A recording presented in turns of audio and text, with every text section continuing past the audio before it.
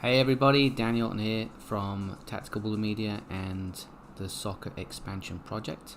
Wanted to introduce myself. I am live. I don't know how this is going to go or if anyone's going to interact. That's okay. But I wanted to sort of say hello to the world in terms of what we're trying to do here. We have this idea or this platform, the Soccer Expansion Project. I know that's not super great in terms of a logo yet, but you get the idea, where we can bring together partners that help with soccer stuff. So from an admin side of things all the way through to the players and the coaches, of course. You can see the types of things we're going to get involved with and the partners we're going to start to bring on board, to retail, to then even entrepreneurs and developers. So as we start to plan out and map out what we're trying to do, or expectations of what we're trying to do, we're going to bring on certain partners. Stuart and Gary Monk, of course, with Soccer Profile will be heavily involved. But anything to do with improving the game, improving players, improving coaches, whatever your situation. Without further ado, let me just quickly talk about the topic for today. And again, it could well be that you're seeing this on the replay, and that's great. But the idea being that what happens if you decide, or there's a group of people that decide that they want or they feel there's a need to start their own club. And what does that look like? And I remember doing my US Club Soccer DOC course. The first question is a for-profit entity or a non-profit entity. So there's two sort of pathways that you could go down. If you choose the for-profit entity, and let's be clear, non-profits do make money. It's just how those monies are distributed is important. I'll talk about that in a second. But if you go down the LLC or sole proprietor, for-profit world, you still have a tax liability for whatever you're doing. So that just will typically flow into that person's 1040. LLC is a limited liability company. You would obviously go talk to a lawyer or go onto LegalZoom to set that up. You'd have plenty of freedom regarding decisions, so you're your own boss, you're your own company, you can essentially go and do whatever you like. And then ownership and mission, so essentially you're in charge. You could direct it however you wish. So that's one way to go, the sole proprietor or LLC. If you go for the non-profit route, there's lots more paperwork involved, but we did this with our club because we liked the mission and we liked what we were trying to do. We filed our non-profit status with the state first, and then about 18 months it took to get the 501c3, or you can do a C7 chapter filing.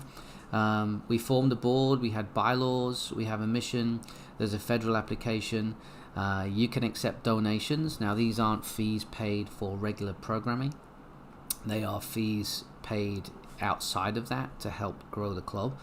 And there's no tax liability, but you still file your taxes. So the reason why we like this for our club in terms of results was that the mission was really important. We wanted to make sure that we were supporting this mission, and the mission being that we wanted to find a place for everybody. We wanted it to be a community outreach. We wanted more people involved. There's volunteerism involved in what we're doing. We still have coaches that get paid. We have a board, and there's still money that gets made overall, but we essentially run at an at-cost basis. If a non-profit entity does end up finding ways to have monies left over, they can be reinvested into the programs. So it could be that you buy more goals, or staff get paid a little more. Those types of things. Maybe there's coaching education fees, maybe there's gear that you need, those types of things. It can't be that any money left over just ends up with some in somebody's pocket as a bonus. That's obviously not allowed. But we liked it because it fit the mission, it fit what we wanted to do. Soccer for everybody, soccer for all, and that's the club that we run, Penn United Soccer Academy, and that's how we operate through that non-profit status. In terms of what you will need if you are looking to start a club, things, either choice, whether it be an LLC, you're going to need a bank account, you need a lawyer, you're going to need insurance, and an accountant. Those four things are absolutely needed, depending on what direction you go. But either direction, you will need those things in yellow, just to get you going with the things that you need. Some things won't happen until other things are in place. So you can't open a bank account until you've got bylaws or you've got something set. For example, you can't get insurance until you've got a document of understanding about the ownership of the business, and the accountants and lawyers can really help you with that. And it's always best to outsource those things. For us, we asked people within the club as a non-profit entity who's willing to help, and we found lots of help from people that knew these things, and they would help us get going. So there we go. So the bigger question might be, in terms of mission, and I won't get into the rabbit hole that is that right now, but in terms of mission and how you want to operate and the things you want to do, what is it?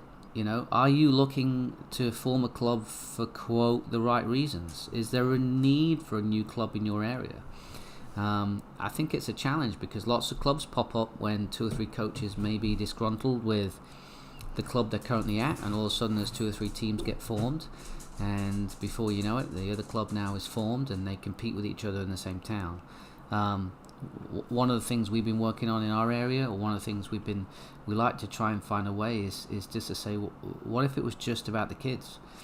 If it was just 100% about the kids, there might be a way that clubs come together, and we've just done that after 10 years in our town, where we're helping support all levels of players throughout several periods of the year, different seasons of the year, and it's been really a fantastic change around, as opposed to, here we are and we're going to try and beat the guys next door.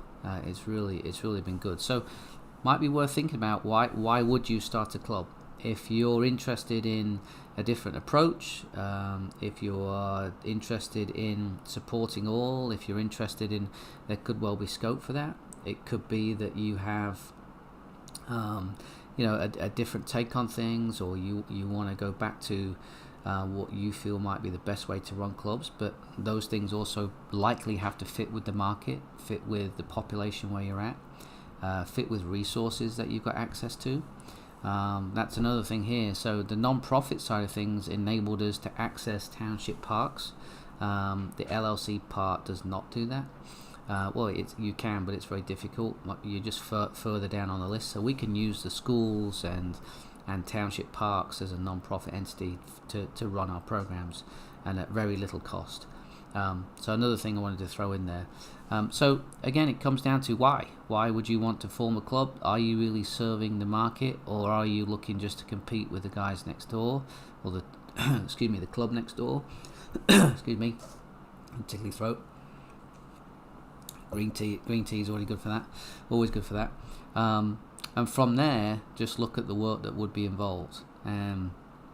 Beyond this, there are lots of other things. If we start to get involved in the administration of a club, for example, if we go back to this admin tab, we're starting to look at your affiliation either through US Club Soccer or USYS and the state associations, and why you might need to go ahead and get those things going, and the types of questions you'll be asked as a new club. Why do you exist? And there are certain territories, so there are certain boundaries, there are certain parameters that you'll need to fulfill, as opposed to just saying, hey, I'm here, give us pass cards, give us rosters, and we can go play in tournaments. So that'd be another conversation for another day. First webinar, first live. We'll see how it lands. I plan on doing these each day, quick 5 or 10 minutes. But again, this isn't clean just yet. We're working on our partner page.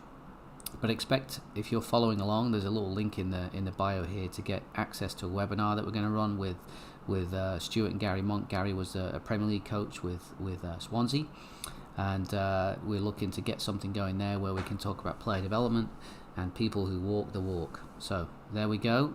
I hope that helps, and we will end the conversation now. Thanks for checking in. See ya.